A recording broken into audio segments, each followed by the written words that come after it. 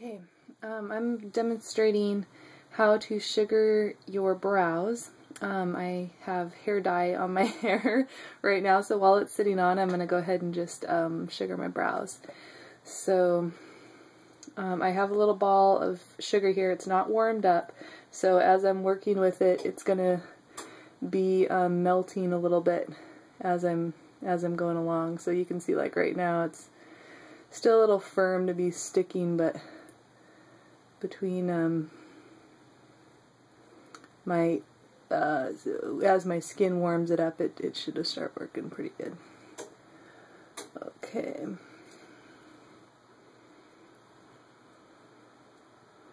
Unfortunately, my hair is rather light colored, so sometimes it's kind of hard to see all the hairs that I'm getting.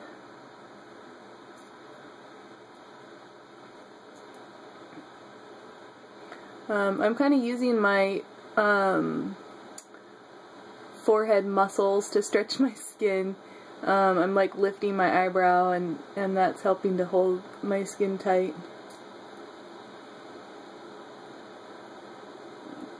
You just want your skin pretty tight as you're putting it on and taking it off.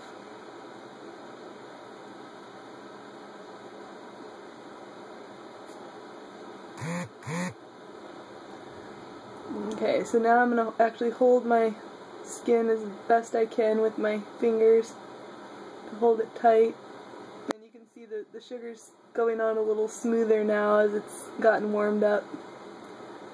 But what's nice about it being kind of firm is it comes off a little easier.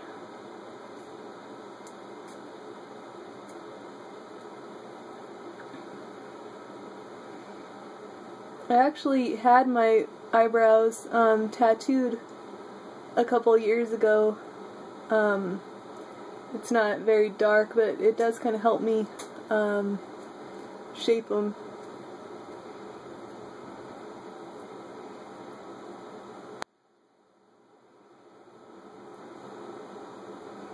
So traditionally with sugar, you want to go against the hair and pull with the hair. But it's not always a, you know, I obviously I'm breaking the rule right here because I'm going with the hair and pulling against. And when you're sugaring yourself, sometimes it's just, you gotta just find what's the easiest way. So here I'm gonna go with the direction of hair again. And pull against. Okay.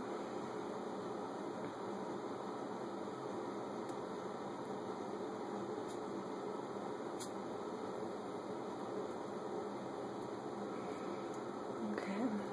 Let's go to the other side. I have blonde hair, and I'm dyeing it like a little bit of a reddish blonde, so I'm kind of curious to see how it's going to turn out.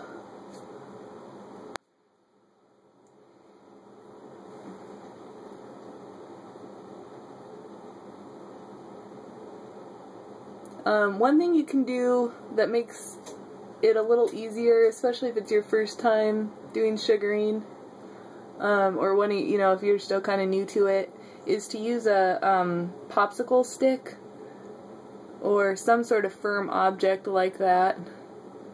It can, you know, the popsicle stick's nice because you can just toss it away afterwards, but it can be another type of object that maybe you can wash afterwards. I'm trying to think of an example, but maybe like the end of a silverware, like a fork, the end of a fork or something like that. I mean, I've never tried it, but the sugar's not going to ruin it because it's water soluble, so it'll just rinse off afterwards. And sometimes having a nice sharp object like that is a little more precise than a finger. The lady that actually trained me on sugaring the first time had really long fingernails, and she would use her fingernails to shape brows and to get in there and get those little hairs. And I obviously don't have long fingernails, so I can't really do that, but sometimes I do use my nail to to kind of, like here right now, I can just use my nail a little bit and it kind of lifts the hair into there.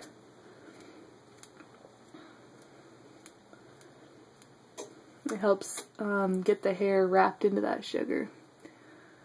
So that's pretty good. I'm going to work on it a little bit more, but I just don't want to make this video too long. So there's your little demonstration on sugaring of the eyebrow.